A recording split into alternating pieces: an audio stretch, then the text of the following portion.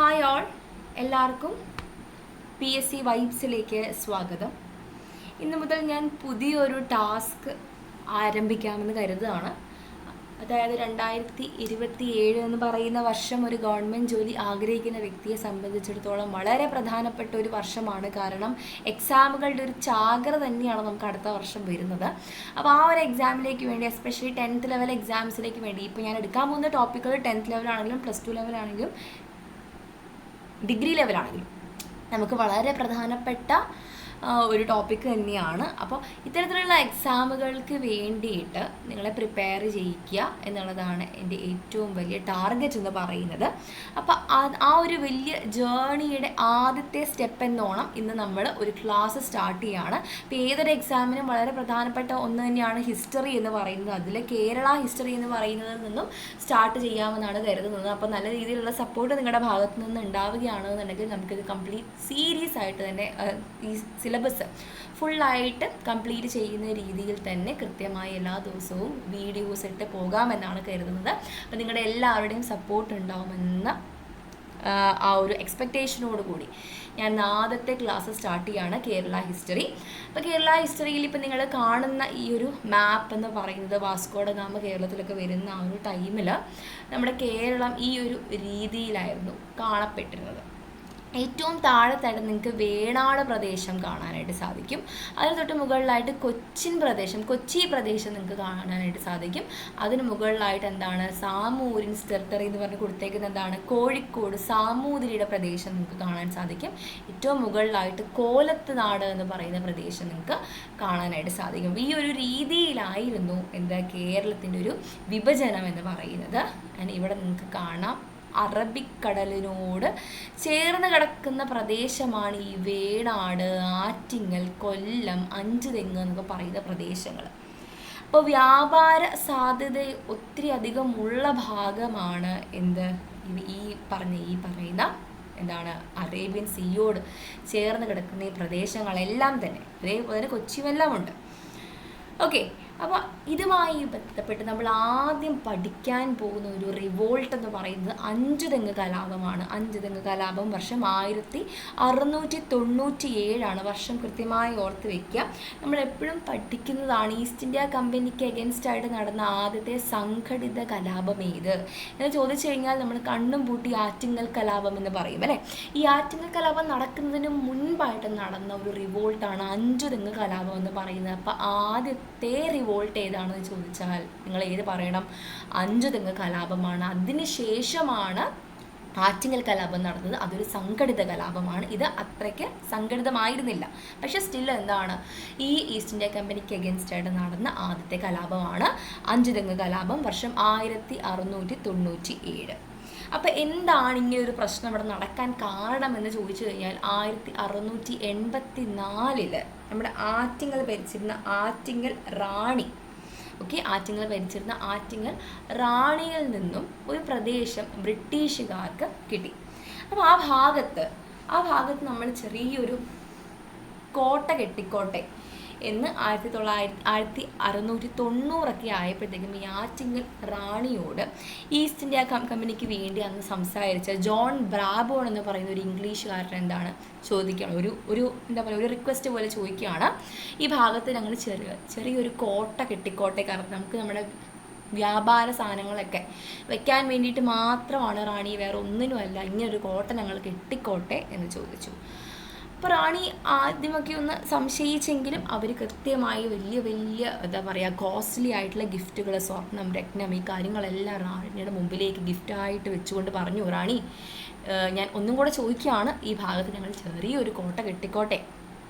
അപ്പോൾ റാണി ഇതെല്ലാം കൂടെ കണ്ടപ്പോഴത്തേക്കും കണ്ണൊക്കെ ഭയങ്കരമായിട്ട് വെട്ടിത്തിളങ്ങി. ഇത്രയധികം ഗിഫ്റ്റുകളൊക്കെ തന്നല്ലോ, എന്നാൽ പിന്നെ നിങ്ങൾ കെട്ടിക്കോ, കുഴപ്പമില്ല, നിങ്ങളുടെ സാധനങ്ങൾ വെക്കാനല്ലേ, കുഴപ്പമില്ല, കെട്ടിക്കോ എന്ന് പറഞ്ഞ് റാണി സമ്മതം കൊടുത്തു. അങ്ങനെ അവർ കോട്ട കെട്ടാൻ തുടങ്ങി. അഞ്ചുതെങ്ങ് കോട്ട 1695 അഞ്ചുതെങ്ങ് കോട്ടയുടെ പണി അവർ പൂർത്തീകരിച്ചു. ഓക്കെ, ഇനി എന്താണ് ബ്രിട്ടീഷ് ഈസ്റ്റ് ഇന്ത്യ കമ്പനിക്ക് വേണാടിലുണ്ടായിരുന്ന പ്രധാന പണ്ടകശാലയായിട്ട് ഈ അഞ്ചുതെങ്ങ് കോട്ട പിന്നീട് മാറുകയാണ് ചെയ്യുന്നത്. അപ്പോൾ ഈ അഞ്ചുതെങ്ങ് കോട്ട അവർക്ക് ബ്രിട്ടീഷുകാർക്ക് ഇത്രയും പ്രാധാന്യമുള്ള സ്ഥലമാവാൻ കാരണം എന്താണെന്ന് ചോദിച്ചു കഴിഞ്ഞാൽ കേരളത്തിൻ്റെ വടക്കൻ മേഖലകളിലേക്ക് വാണിജ്യം നടത്താനായിട്ട് സൗകര്യപ്രദമായൊരു സ്ഥലമായിരുന്നു ഈ അഞ്ചുതെങ്ങ് കോട്ട എന്ന് പറയുന്നത്. അപ്പോൾ ആദ്യത്തെ കാര്യം എന്ന് വെച്ചാൽ കേരളത്തിലെ വടക്കൻ മേഖലകളിലേക്ക് വാണിജ്യം നടത്താൻ സൗകര്യപ്രദമായിട്ടുള്ളൊരു സ്ഥലമായിരുന്നു ഏത് അഞ്ചുതെങ്ങ് കോട്ട എന്ന് പറയുന്നത്. പിന്നെ ഈ ഈസ്റ്റ് ഇന്ത്യ കമ്പനികൾക്ക് എന്താണ് പശ്ചിമ തീരത്തെ ബോംബെ കഴിഞ്ഞു കഴിഞ്ഞാൽ ഏറ്റവും പ്രധാനപ്പെട്ട ഒരു സങ്കേതമായി അഞ്ചുതെങ്ങ് എന്താണ് മാറിക്കഴിഞ്ഞിരുന്നു. പിന്നെ ആദ്യമൊക്കെ അവരെ വ്യാപാര സാധനങ്ങൾ വയ്ക്കാനുള്ള ഒരു സ്ഥലമായിട്ടാണ് കോട്ട കെട്ടിക്കോട്ടയെന്ന് ചോദിച്ചത് എങ്കിലും പിന്നീട് അവരുടെ സൈനിക സാമഗ്രികൾ സൂക്ഷിക്കുന്ന ഒരു പ്രധാന കേന്ദ്രമായിട്ട് ഈ അഞ്ചുതെങ്ങ് കോട്ട മാറുകയാണ് ചെയ്യുന്നത്. അപ്പോൾ ഇത്രയുമൊക്കെയാണ് ഏറ്റവും പ്രധാനപ്പെട്ട കാരണങ്ങൾ. കാരണം അഞ്ചുതെങ്ങ് കോട്ടയുടെ പ്രാധാന്യം ഇതൊക്കെയാണ് എന്ന് മനസ്സിലാക്കുക. ഓക്കെ, പിന്നീട് എന്താണ് ആറ്റിങ്ങൽ റാണി ഇങ്ങനെ ഗിഫ്റ്റുകൾ കാണുമ്പോൾ കണ്ണ് മഞ്ഞളിക്കുന്ന ഒരു ആളാണെന്ന് മനസ്സിലാക്കിയതിന് ശേഷം ഈസ്റ്റ് ഇന്ത്യ കമ്പനിയിൽ നിന്നും കണ്ടിന്യൂസ് ആയിട്ട് ഇവർ ഓരോരോ ഗിഫ്റ്റുകൾ കൊടുത്ത് ഈ ആറ്റിങ്ങൽ റാണിയെ ഇങ്ങനെ സന്തോഷിപ്പിച്ചുകൊണ്ടിരുന്നു. അങ്ങനെ ചെയ്യുന്നതിനിടെ അവർ ചോദിച്ചു, കുരുമുളകിൻ്റെ വ്യാപാര കുത്തക ഞങ്ങൾക്ക് എടുത്താൽ കൊള്ളാമെന്നുണ്ട് റാണി. അപ്പോൾ ഈ ഞങ്ങൾ ഈ റാണിക്ക് മുന്നേ വെച്ച ഈ ഗിഫ്റ്റുകളൊക്കെ ഒന്ന് നോക്കിയിട്ട് പറയൂ, അങ്ങനെ ഒരു സാധ്യത ഞങ്ങൾക്കുണ്ടോ എന്ന് ചോദിച്ചു. അപ്പോഴത്തേക്കും പറഞ്ഞു അപ്പോൾ ഇത്രയും ഗിഫ്റ്റുകളൊക്കെ തന്ന സ്ഥിതിക്ക് ഞാൻ ഇല്ലയെന്ന് പറയുന്നില്ല, നിങ്ങൾ ചെയ്തോളൂ, പക്ഷെ കർഷകർക്ക് ന്യായമായിട്ടുള്ളൊരു വില കൊടുക്കണം എന്ന് പറഞ്ഞ് റാണിയുമായിട്ട് ഈസ്റ്റ് ഇന്ത്യ കമ്പനി ഒരു വ്യവസ്ഥ സ്ഥാപിച്ചു. അപ്പോൾ അവർക്ക് എന്താണ് കുരുമുളകിൻ്റെ വ്യാപാര കുത്തക അങ്ങനെ ആറ്റിങ്ങൽ റാണിയുടെ കയ്യിൽ നിന്ന് അഞ്ചുതെങ്ങ് നമ്മുടെ ആറ്റിങ്ങൽ റാണിയുടെ കയ്യിൽ നിന്നും വ്യാപാര കുത്തക കിട്ടുകയാണ്. അപ്പോൾ ഈ ഒരു അധികാരം വെച്ചുകൊണ്ട് ഇവരെന്താണ് കർഷകരെ മൊത്തത്തിൽ അങ്ങ് ചൂഷണം ചെയ്യാൻ തുടങ്ങി. വളരെ കുറഞ്ഞ വിലയ്ക്കാണ് കർഷകരിൽ നിന്നും ഇവർ ഈ പറയുന്ന സുഗന്ധ വ്യഞ്ജനങ്ങൾ വാങ്ങിക്കൊണ്ടിരുന്നത്. ഈ ഈസ്റ്റ് ഇന്ത്യ കമ്പനി നിശ്ചയിക്കുന്ന വിലയ്ക്ക് മാത്രമേ വ്യാപാരികൾ നമ്മുടെ ഈ പറയുന്ന കർഷകർ കുരുമുളക് വിൽക്കാൻ പാടുള്ളൂ എന്നൊരു നിയമം മുന്നോട്ട് വെച്ചു. അപ്പോൾ ഇത് ഈ പറയുന്ന കർഷകർക്കിടയിൽ ഭയങ്കര അധികം രോക്ഷമുണ്ടാക്കി. അങ്ങനെ അവരൊരു 1697 ആയപ്പോൾ അഞ്ചുതെങ്ങിലെ ഈ ഫാക്ടറി എല്ലാവരും കൂടി ചേർന്നങ്ങോട്ട് ആക്രമിക്കാനായിട്ട് തുടങ്ങി. പക്ഷേ ഈസ്റ്റ് ഇന്ത്യ കമ്പനിയുടെ ഇത്രയും വലിയ പട്ടാളങ്ങളും ഇത്രയധികം യുദ്ധങ്ങൾക്ക് വേണ്ടിയിട്ടുള്ള സാമഗ്രികളൊക്കെ സൂക്ഷിച്ചു വെച്ചിരിക്കുന്ന ഈ ഒരു ഭാഗത്തേക്ക് ഇത്രയും വലിയൊരു ആക്രമണം വന്നാൽ അവർക്ക് ചെറുത്ത് നിൽക്കാനുള്ള കഴിവുണ്ട് അല്ലേ. അങ്ങനെ ബ്രിട്ടീഷുകാരെന്താണ് ഈ ഒരു ആക്രമണത്തിനെ അവർ അടിച്ച് അമർത്തി. ഓക്കെ, അപ്പോൾ ഈ അഞ്ചുതെങ്ങ് കലാപത്തിലേക്ക് ഇങ്ങനെ കൊണ്ടുപോയ സാഹചര്യങ്ങൾ എന്തൊക്കെയാണെന്ന് കൃത്യമായിട്ട് മനസ്സിലാക്കുക. അഞ്ചുതെങ്ങിൽ വ്യാപാര സ്വാതന്ത്ര്യം ആറ്റിങ്ങൽ റാണി ബ്രിട്ടീഷുകാർക്ക് കൊടുത്തതാണ് ആദ്യത്തെ പ്രശ്നം. പിന്നെ നമ്മൾ പറഞ്ഞു കർഷകർക്ക് അവരുടെ കുരുമുളക് വിൽക്കാനായിട്ട് ഈസ്റ്റ് ഇന്ത്യ കമ്പനി നിശ്ചയിക്കുന്ന വിലയ്ക്ക് മാത്രമേ പറ്റിയിരുന്നുള്ളൂ എന്നൊരു സാഹചര്യം ഉണ്ടാവുന്നു.